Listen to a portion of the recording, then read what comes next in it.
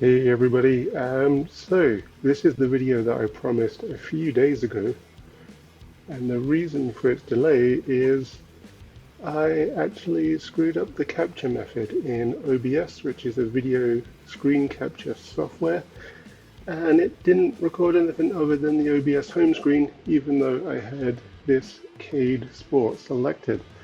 So what are we looking at today? I wanted to go through my experience as a cyclist, largely in training, and I'll get into what I am as a cyclist because I know that's important to other cyclists who do it as a sport and take it seriously therein. But I wanted to look at CADEsport, which is a new, let's say, gamified training software similar to Zwift and Rouvy and all the myriad of others that are out there. The unfortunate thing with having messed up with my OBS capture and not realizing that that had happened is I was actually given early access to what they were describing at Cycligent, which is the company that produces CADEsport. I was given early access to what they called the soft launch. So that was because I was the Kickstarter backer. And there's a story there too. I had seen on Facebook advertising that was specifically targeted to people who use training software on Facebook, and it was they were looking for beta testers, and this was maybe in the early part of the summer in 2021, continuing through into fall of 2021, and I kept thinking, oh man, that sounds really cool, and never got round to it, which seems to be my style. Anyway, I backed it on Kickstarter. The Kickstarter closed. It didn't finish. It wasn't that it wasn't successful. It probably would have been very successful. It closed early, however, and there was an email from Cycligent, I believe from Vanessa, who does, I think, all of the PR stuff, as well as some other stuff there, which I'm not aware of. And the email said, as an update, that they had received investment funds from a source that they hadn't revealed at that time, but have since revealed, and they wanted to be very transparent and end the Kickstarter because they believed that it would be in the better public interest to end it and not kind of convolute where the funds came from to fund the game or the software, whatever you want to call it. Now, I don't view it that way. I view that Kickstarter is essentially pre-orders for what you really want, and you get special access through things. But I do really appreciate their commitment to honesty and transparency. I think that's really awesome. So in quick summary, we are now in CADEsport. We're in the landing page or the home screen, whichever you want to call it. And this looked a bit different on the early access that I had granted to me as a kind of gift for believing in the product in the Kickstarter that Vanessa very kindly gave to me as an early access. What did it look like? Well, we had about 3 or 4, I think, on this side of these kind of windows. A central window where it had some buttons that were navigation to your settings and your personal data. And then another 2 rows, vertical rows of 4 of these kind of screen buttons coming down here. So it was a little less tidy than it is here, but still a lot more cleaner and neater, in my opinion, than what Zwift has become. Zwift had that huge $500 million cash injection that they got, I believe, in spring of 2021. There was that huge announcement through tech news, through cycling news, that they had received that. And in my opinion, there's been a whole ton of bells and whistles that have been added on since, some of which are fantastic. Don't get me wrong, there's a reason why Zwift is number 1. However, a lot of them are also distractions. So they had it already clean and really neat anyway, and huge kudos to them at Cycligent for having that. But then I made like a post on Facebook saying that I really liked that, but I did think there were some problems with the ERG coding that goes to your smart trainer. And as well, and Vanessa sent me a personal email to say, oh, look forward to um, the release, the patch, if you will, that's coming out tomorrow. So this was on October 5th. So to let you know, the timeline was, I believe, I received the email when I was out in Calgary, which was October 1st, that they said, oh, by the way, you've got this early access. Here's the link to download the software and try it out, see what you think, but please don't post any videos before October 5th. And then when I got home October 4th, I had, no, October 5th, I had recorded this video that got all screwed up because of my mistake with OBS. And then that's when I got that email. October 6th, however, was the unofficial, maybe somewhat publicized hard launch or firm launch of this software. And so unfortunately, the thing about losing that video that I'd recorded is that you got to see the difference between what it looked like October 5th before that firm launch with us early access guys and girls and whomever's. And then you got to see what it looked like on October 6th when there was a huge, you got to see that big jump in people, which I was really excited about, because I get excited about supporting things that are from small teams that really believe in what they do, whereas Zwift, in my opinion, has become this big Goliath company and has been for a long time. I'll give my thoughts as we go, but let's get started. So let's look at what we've got here. Event/map of the day. This is where you can get to your maps where you want to ride. Then you've got the workout. So it's suggesting that I do a 2x5 pyramid and time. So pyramid, for people that aren't familiar with training, is when you do your power levels, and they are represented as bars. And so that's bars on like a bar graph kind of thing. So you're starting off with a lower power level, so that's your wattage output. Then you go to a slightly higher one, the highest possible, and then you graduate back down in the same way that you came, making it visually look like a pyramid. So quite literally what it sounds like. And then Cade Fondo. I'm not sure that I feel like doing a Fondo today. That's quite a lot of riding. So what you see in here is we've just clicked on that map section, and it's given me all the info that I need. And again, I think this is really clean. So when we got the early access launch, essentially that's when they finished their beta testing. And I think normally what happens, in my opinion, I joined Zwift in 2020 when I came back into cycling, or at that point I would call it training. Actually, looking back, I will rename that as training.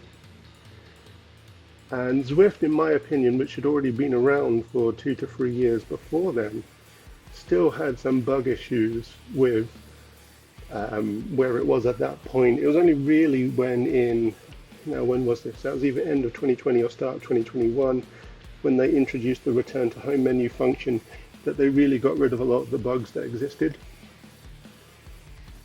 Now, I've played CADEsport for a while, or played or interacted or trained on, however you want to word that, now a couple of times, let's phrase it that way.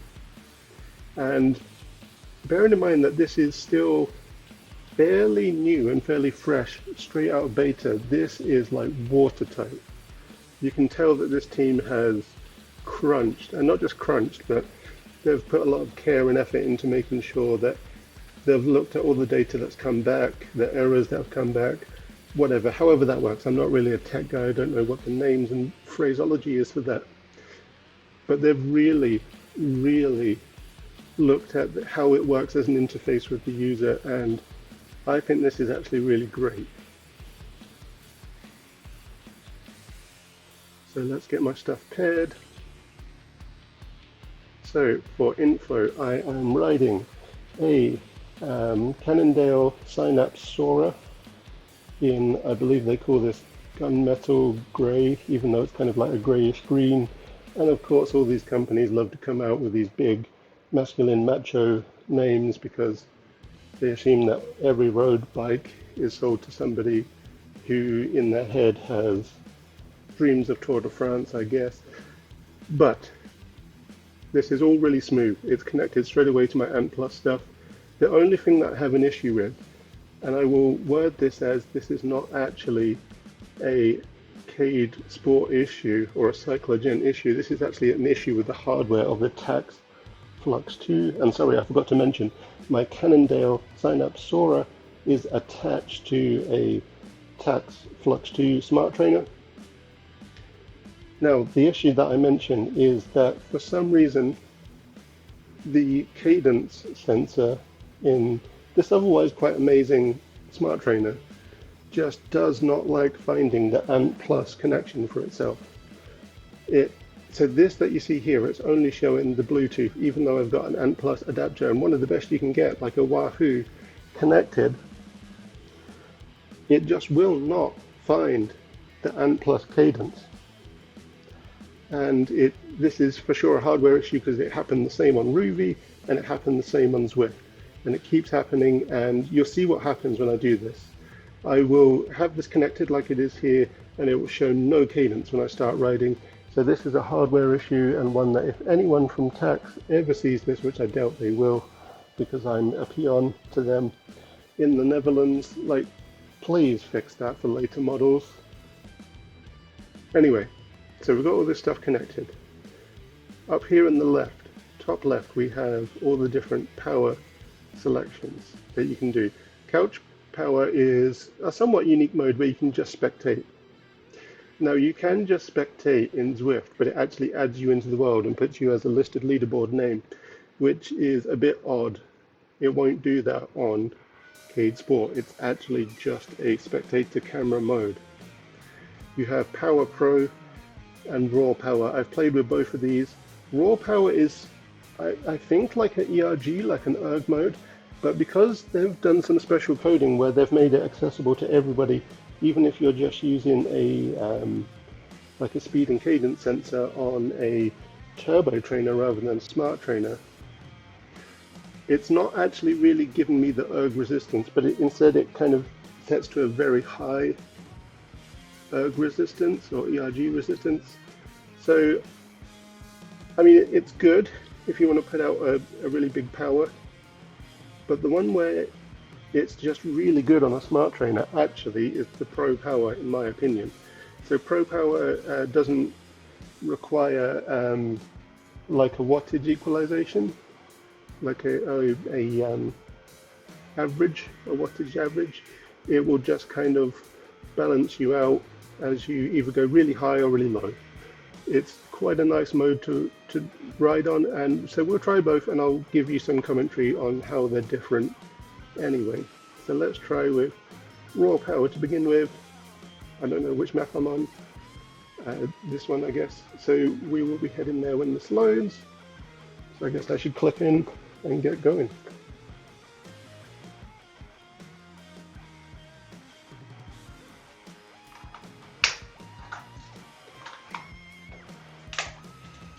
So quick rundown of what you've seen on screen. Top left, you've got a map indicator. I am the mustard yellow arrow in the mustard yellow ringlet.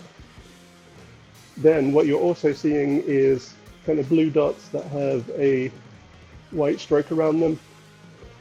That's other riders in the world.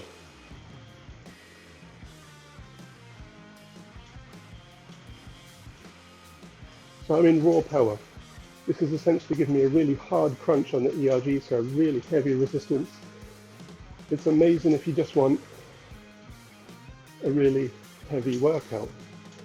But I should also mention that what you see at the bottom there is my average kilometers per hour speed in the center bottom.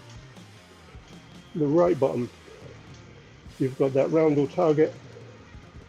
Upper left of that one, that's in quarters. My heart rate. Upper right, I still haven't figured out what that is. Lower left is that cadence. Sorry, lower right of that quarterized target is cadence. So as you can see, as I mentioned, that problem with the Tacx Flux 2, that's a big issue. And then there's kind of a real neat thing on the lower left of that quarterized or quartered target, where it gives a fun fancy name for the level of power that it assumes I'm putting out.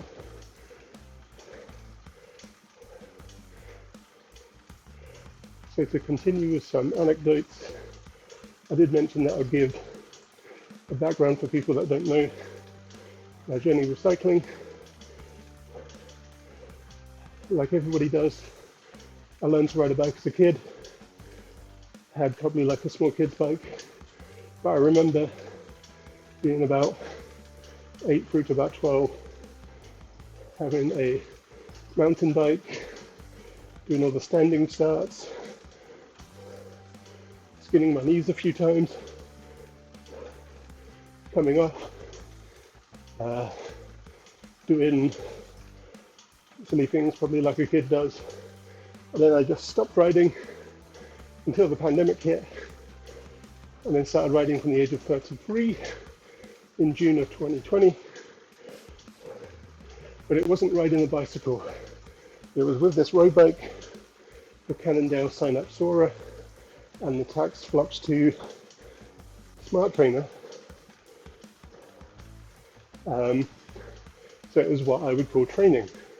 And I'd done it as training because, despite the old adage, you do forget the skills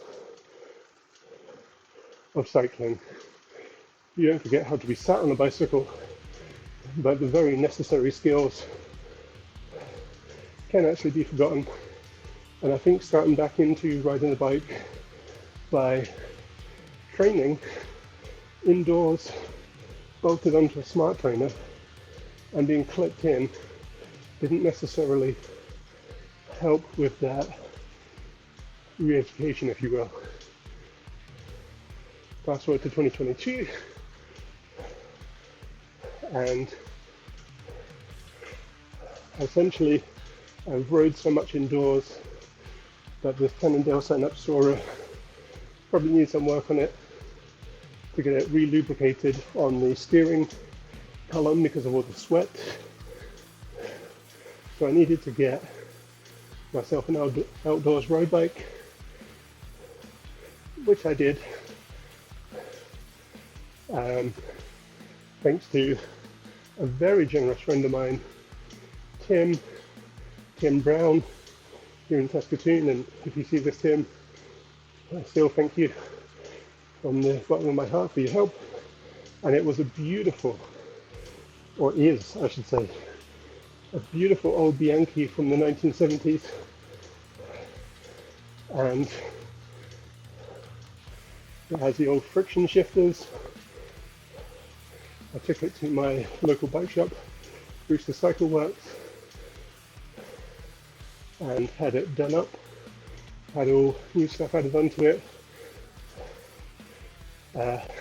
Dual-sided SPD Club Plus for outdoors. Trying to think what else. Oh, new tyres had been changed down to the 700s, and they went from a 28 down to a 25, tread to no tread, and it's beautiful. So after 2 years of just training indoors and a few months of riding outside,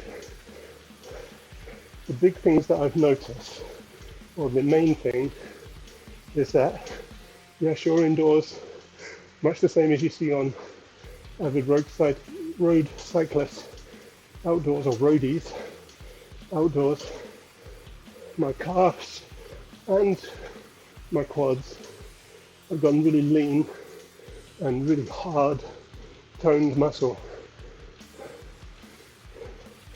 But my quads are only somewhat bulked up. I've noticed with a few months of riding outdoors that my quads are really beefing up, like you see in the photos of those avid outdoor roadies. What am I noticing coming back indoors? Well, particularly with this raw power mode, it's way more aggressive. then the resistance would be outdoors for the same gradient of terrain. Very low gradients between probably -3 and, as you can see there, currently 4.4 plus.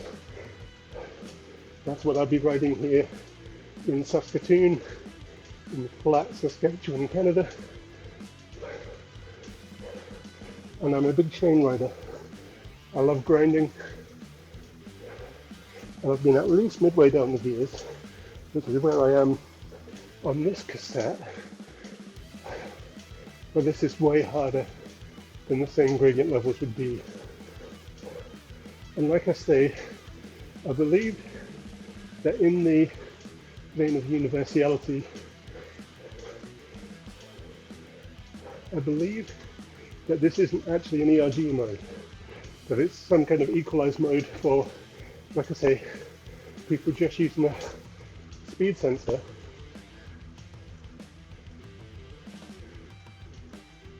and people like me using a smart trainer, which is actually not a negative. That's a bonus for all, because it puts us all on the same equal footing, full raw power mode, unlike what happens at Zwift, where it calculates differently for somebody in ERG mode on the smart trainer as it does for somebody just with a speed sensor on their turbo. So I've done a lap. So another thing that I noticed that I should add since riding outdoors is that I can hold my upper heart rate in a real heavy resistance like this for a lot longer than I used to be able to. So for me, I'm at the bridge of zone 4 into zone 5 right now. And my zone 6 would be about 195. I've only got there once before and held that for a long time before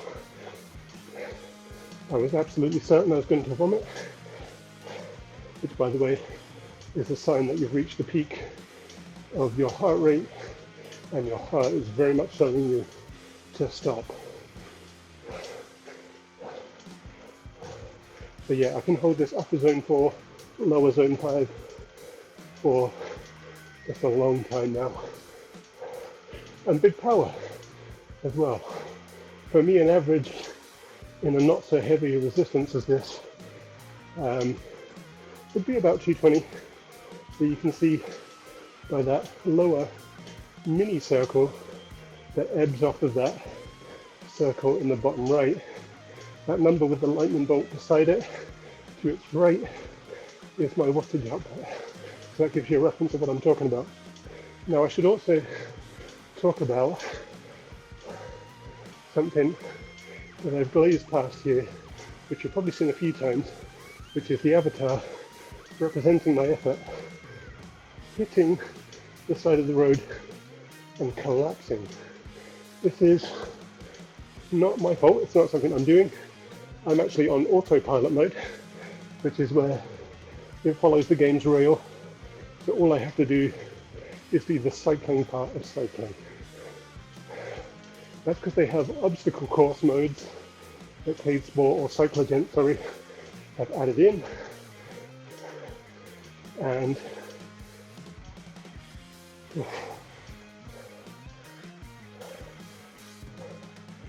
so you can do that with the gyroscope of your phone with an app that you have to connect in, probably via your same CADEsport password.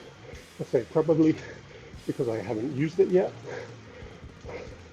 So the gyroscope on your phone, attach it by a stem or a quad lock or whatever to your handlebars and steer as you would outside. You can also do it by directional keyboarding, but I am not using steering. So the autopilot, the auto steering is kind of fun because it's essentially making a suggestion Okay, because with the real world I'm not braking. It's kind of funny, but also fun. The obstacle course one, I've seen like a sneak peek trailer of it going back a couple of months now from Cycligent, where there's obstacles set out around the road, sometimes very tight, and you have to dodge them. Obviously, it probably goes without saying that that's really good training for the mountain bikers who like to do technical descents, indoor training at least, for that, and also for the real hardcore roadies, who love to do the real sharp descents on what we call the switchbacks. So switchbacks, look up the Dolomite switchbacks for people who are not familiar with road cycling as a sport, and you'll see what I'm talking about. The Dolomites is pretty much the mountain mecca for European cyclists.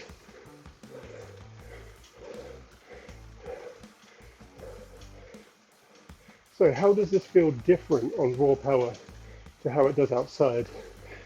Well, I'm not a fan of ERG as a whole. I'm quite a big critic of it. It's really good for training, but unlike what they try to claim in Zwift and sometimes in Rouvy and from the manufacturers of the smart trainers themselves, it's not actually that good of a simulation of outdoors. It's just more of a heavy resistance, and it gives you a somewhat accurate simulation of intense climbs. The good coding in the ERG specific software will give a pretty bang up emulation of the release of resistance when you hit the bow, if you will, of a peak and begin to then decline down the other side of the peak. However, this is like anything on the Tacx Flux 2 ERG mode, where it's way too aggressive. That is apparently not just me, but a wholesale critique leveled at the device, where it's so heavy on the resistance that regardless of if I'm in the small chain ring or the big, it doesn't feel like it does outdoors on my legs. It feels like almost 100% of the strain of pushing and pulling on resistance is in my calves, which is not good. And what I do feel in my upper legs is just a numbness. Because it's, regardless of what gear I choose, regardless of what chain ring, it mostly feels like this.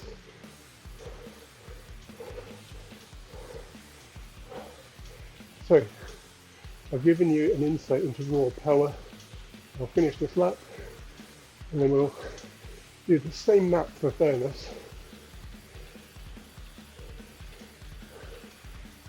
And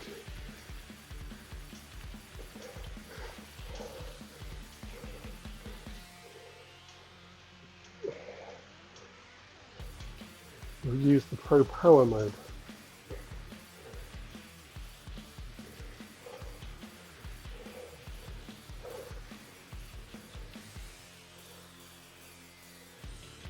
So far, what are my views on 2 or 3 days of using CADEsport as a brand new to the world training software?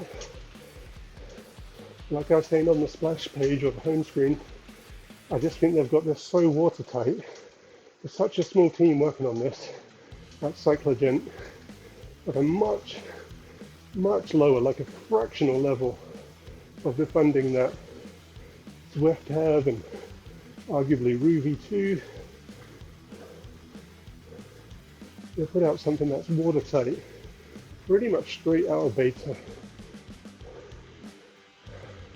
Do I like the graphics in game or in world? Yeah, I do.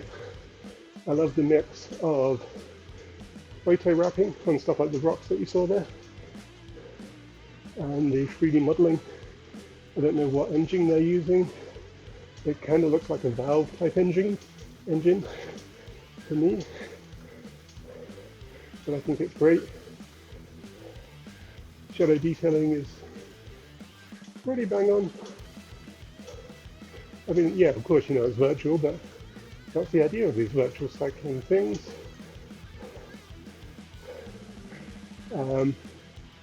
I think it's pretty wonderful, actually. There's no lag. Like what you saw when I was loading this up, no lag. The time from opening it, double clicking on the icon on the desktop, to having it here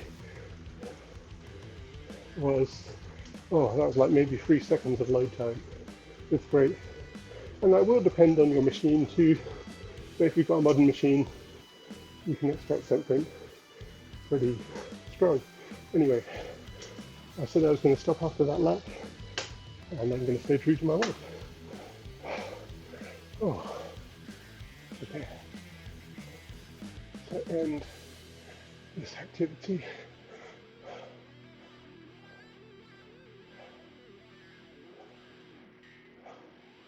so let's do this again. Let's get into pro power. Oh.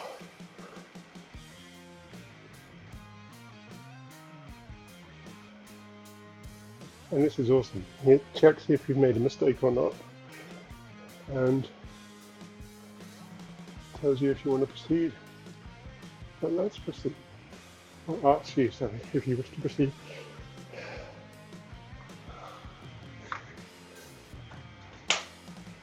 So I've done this before, so the anecdote I'm going to give you is based on actual experience, and I'm sure it's going to be the same right here.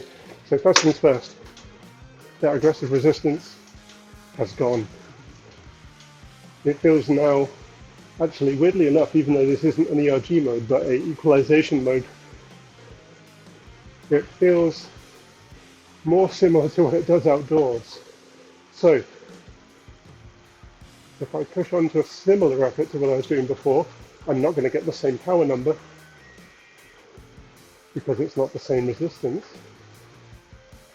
So this is kind of as close as I'm going to get in the same gear, in the same chainring. What I'm feeling in my legs is that it feels like about 60% of my quads, or the upper half of my legs, and about 40% of my calves in what I'm putting out. In the effort, sorry, the strain, if you will, when I'm pushing on the cranks. Now, you can see the difference in my heart rate too, in the upper left of that quartered target in the bottom right, that my heart rate is almost 20 beats per minute lower. So you can see how much strain I was under in that raw power mode. So I will say this, if you want just a big heavy workout, raw power is the way to go.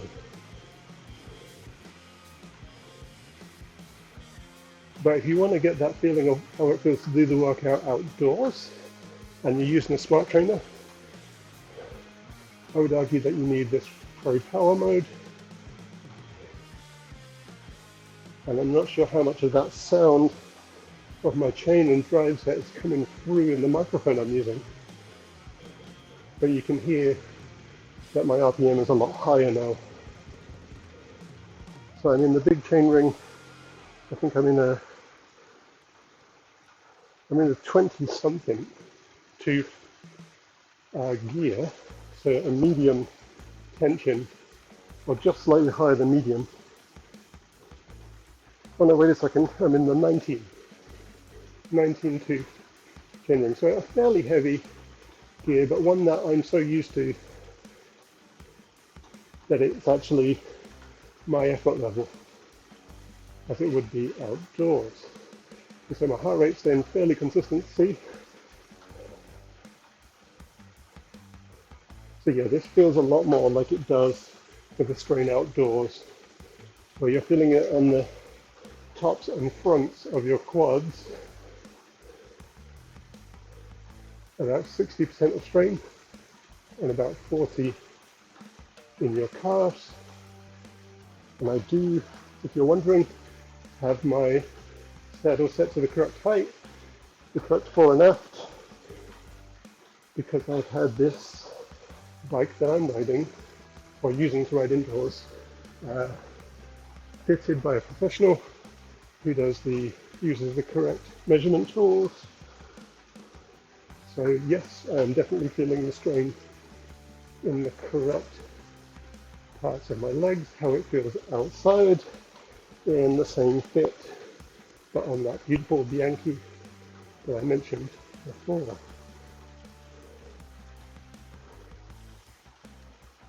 So what do I prefer? I actually prefer the Pro Power, if that wasn't obvious. I do like the raw power.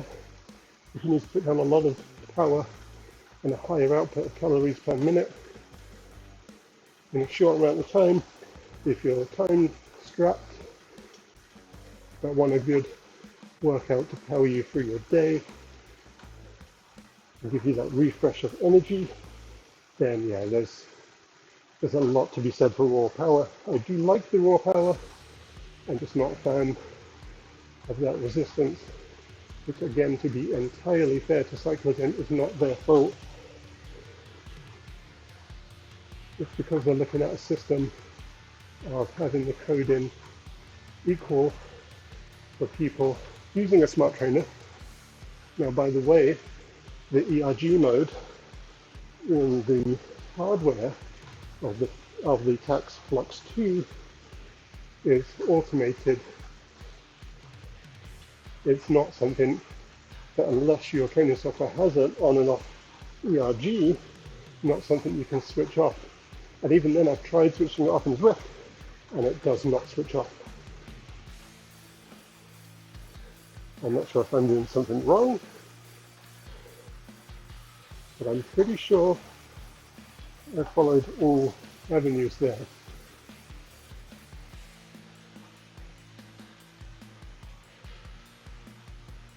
So I'm probably doing about 90 to 95 RPM. That's my outside sweet spot.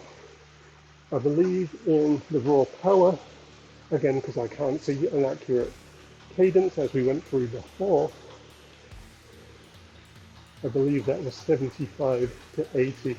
So you can see how much of a resistance difference that was in exactly the same chainring and gear selection. And again, that's mostly the fault of the needlessly aggressive ERG that's built into the Tacx Flux 2, and definitely not a problem of Cycligent's CADEsport.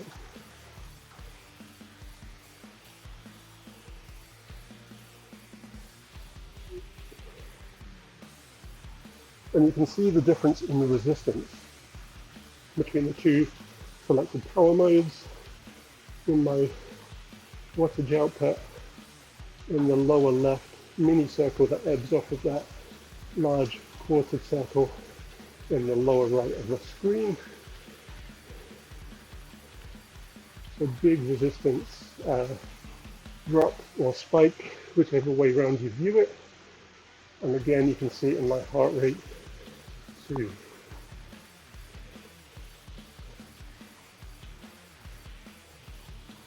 So if Vanessa and the team from Cycligent do end up watching this, you have got a lifelong fan hearing me, as somebody who's used now all three, Zwift, Rouvy, and now CADEsport.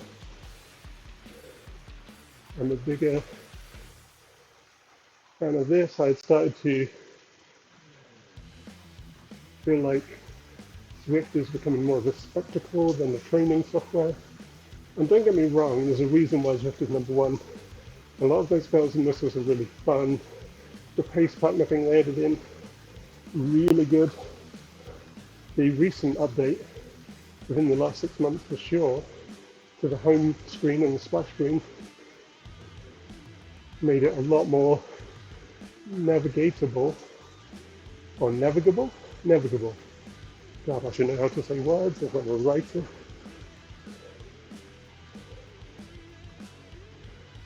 But I still find that this CADEsport, the splash screen that we have from the firm launch release that I mentioned earlier on October 6th, and I'm still kicking myself that I don't have a screen capture of the pre-October 6th one, which I still thought, as I said earlier, was very clean and simplistic, and I would just add that simplistic here means good, because convoluted and obstructive is bad. It makes it difficult to navigate. I thought it was already clean and navigable, but I do find the post-October 6th, oh geez, that one's baked in because of a certain event. Holy hell, that's a bit sad, isn't it? But that's the world we live in now. Anyway, the post-October 6th one is even cleaner and even more simplified. So I complete the lap here. For fun, why don't we do another one? So again, the benefit I've seen since riding outdoors very frequently, and on that lower rolling resistance of not having any tread, and on 25C tires, is that I can maintain my upper for a long time. So for me, with that lower rolling resistance of being on a fairly flat surface like this, this is kind of a similar heart rate to what I'd be achieving outside. Power varies because I sometimes ride on gravel on my road bike. Now when I say gravel, I don't mean the gravel that gravel riders would be riding on. I mean like a micro rock. No, it's even smaller than micro rock. It's like a sand gravel. Like a, what would that be called? A shale maybe? So it's a lot easier to ride a road bike on, but it would give me a lowered speed for sure and a higher resistance. Because I love riding on the very beautiful New Austin Trail that we have here in Saskatoon and riding out to the village of Fairdale and around there. By the way, these other avatars beside me are not NPCs, those are real people.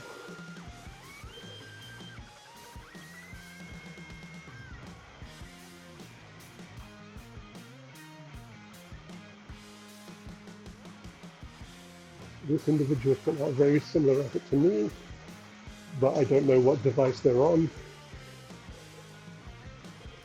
They could even be on a smart bike like a Peloton, for all I know, which yes, you can modify them to connect to things like this. I believe there's some kind of hacking that you have to do through the USB port of manually ingesting the software and install files into the Peloton through the USB port behind the screen. And just in case anybody from Peloton ever watches this, I am 100% not advocating for that. And that was nice. We got to fall together. We shared a moment. We are forever intertwined in a virtual world now. We've had a bromance. We've had a drivetrain mounts. No, that doesn't really work. I tried something, guys. Difficult.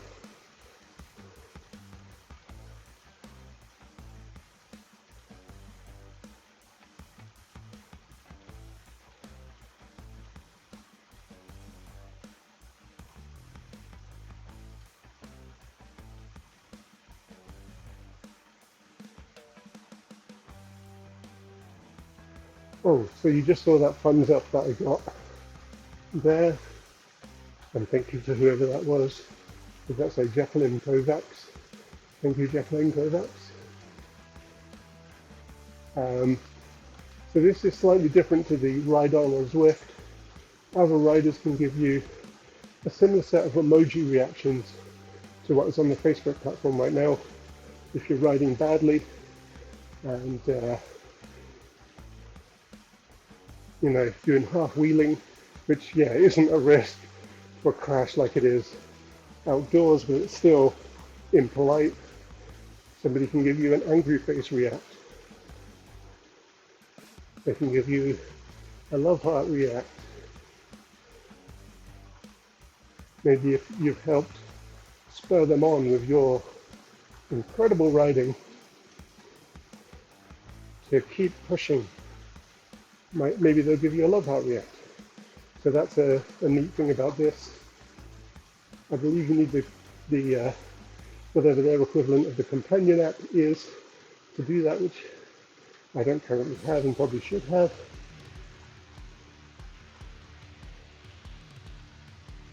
But anyway, that's that feature explained as well. Now, something that I did notice from the original splash screen pre-October 6th was that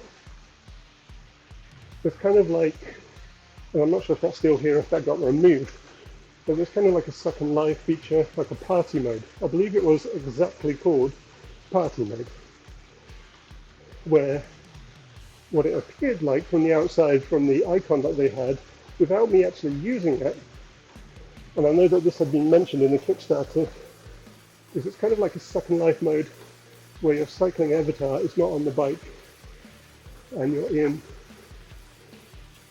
kind of like a barbecue garden setting, and you can interact in video chat and voice chat with your fellow riders or trainers, or however you wish to phrase that. What you can also see on this cyclist, Linda from the UK, that I'm passing here, is you can also do mountain bikes. Now, mountain bikes with a full suspension front and back aren't going to work with a smart trainer. In fact, they'll barely work with a turbo. But traditional mountain bikes should work fine, as far as I understand. You might need some spacers for the through axle, because most smart trainers are originally designed for road bikes, because the rear of the diamond of the bike on a road bike is obviously designed for a narrower wheel, whereas those chunkier wheels on road bikes, on mountain bikes, sorry, are just that inch or so bigger. But my understanding is you can get through axle adapters and spacers that make that work. I know for sure you can with the Tacx Flux too, and I've heard that it's the same on the Wahoos, but I don't know for certain. That's coming from third-hand anecdote.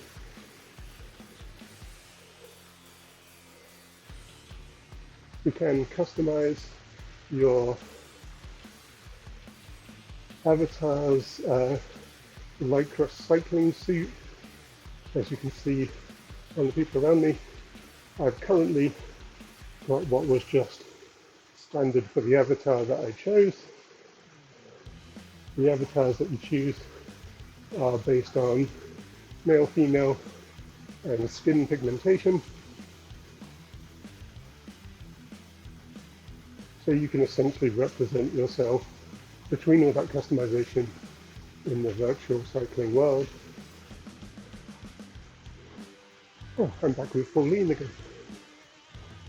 See guys, we shared a moment by crashing together. That was just a joke, by the way. Alright, so we're going to finish this lap here, and I'm going to call it done for this video. Now, So something fresh out of beta and from a small team.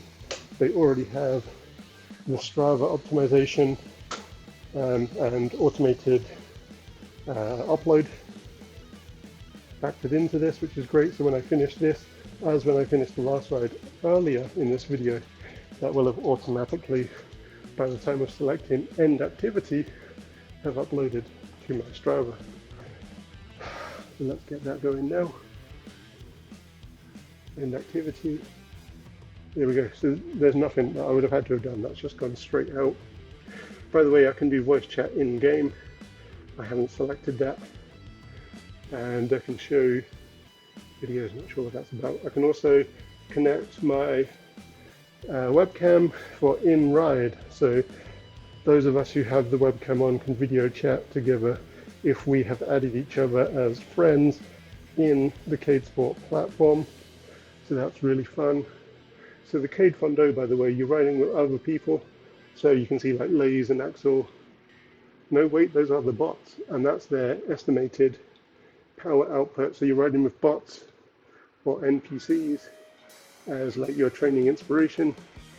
Fondo meaning like a grand fondo, so minimum 100 kilometers in metric century, normally around 121 kilometers.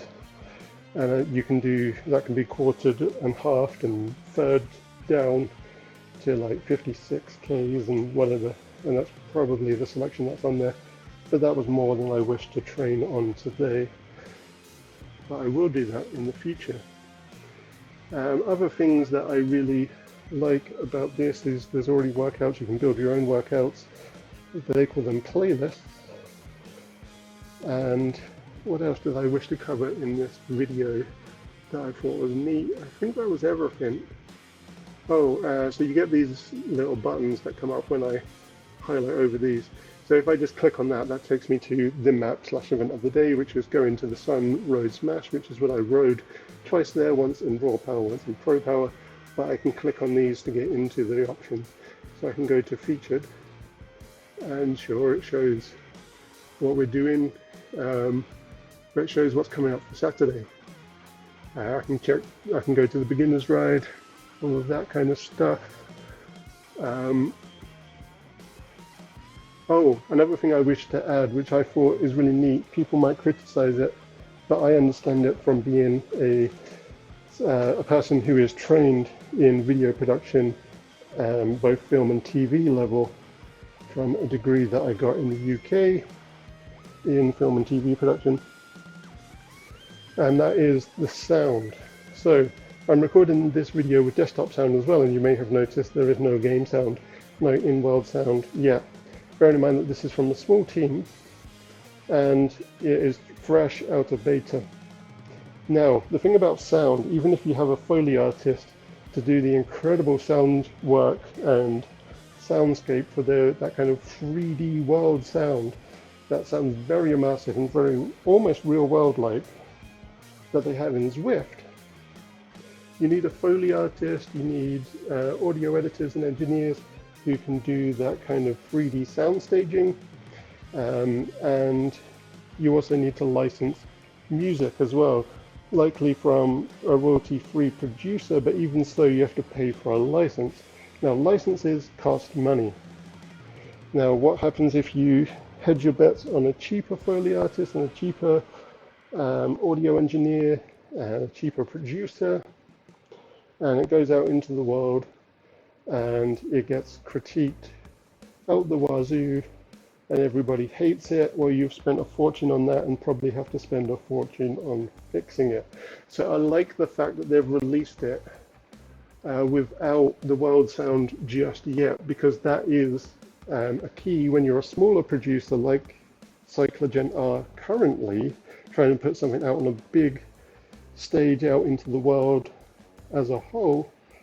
The way to play it safe is to just see the revenue come back in and get the investment money, which is what they're doing, which I touched upon earlier, and then kind of get your technical advice on where you should go to get really good world sound.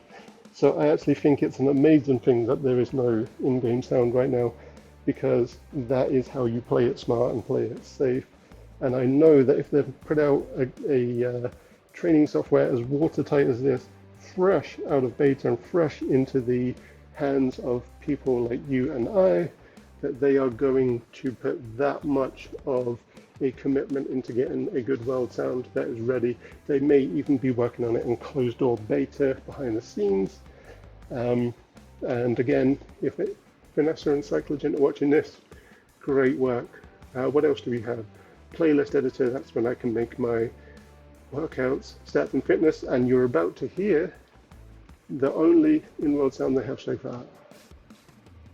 No, wait, where is it? Is it here? Right, okay, if I click on this. Oh, have they got rid of it? Oh, they got rid of it.